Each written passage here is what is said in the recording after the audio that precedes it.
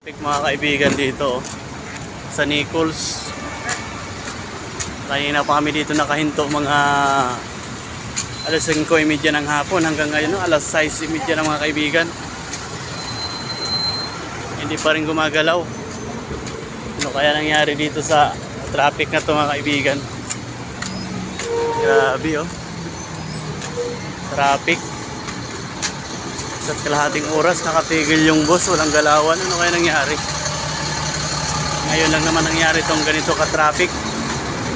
Hindi gumagalaw, kaya ang ginawa namin ng mga pasahero, bumaba na lang kami at naglakad papuntang Magallanes.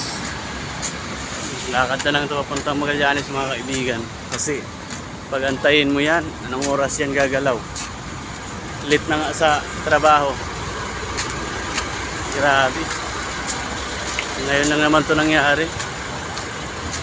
Sobrang ng traffic.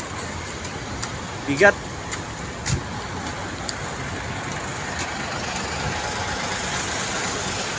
Grabe mga kaibigan. Sa gitna ng Bikutan at saka Nichols simula yung traffic. Wala na talagang galawan. Isang oras kalahati nakatigil yung bus. Pambihirang buhay.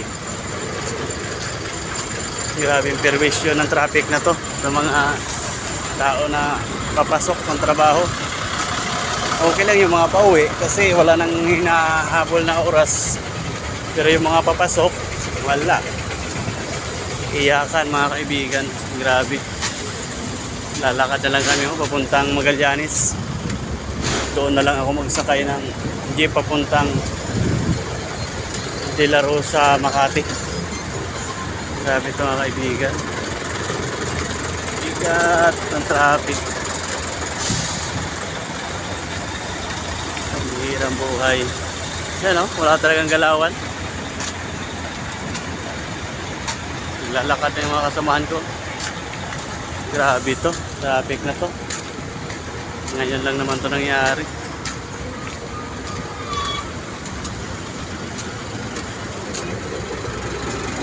Siksikan, pati yung mga container van. Ayan, nakapila yan, mga container van.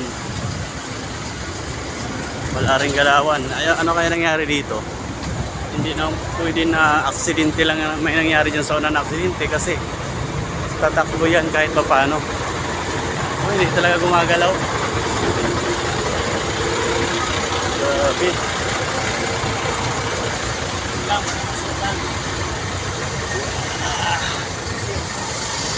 Ang bihirang buhay. Sinat ko na lang yung kapalitan ko na pantay-antay na lang kasi naipit ako sa traffic. Dapat kanina 5:30 andun ako sa Makati. Ngayon alas 6:40 na ng gabi, dito pa rin ako sa Magallanes kasi gawa ng traffic, hindi gumagalaw. Hirang buhay. Ayan dami naglalakad na. Magallanes na lang kami ito magsakay ng jeep papuntang De La Rosa.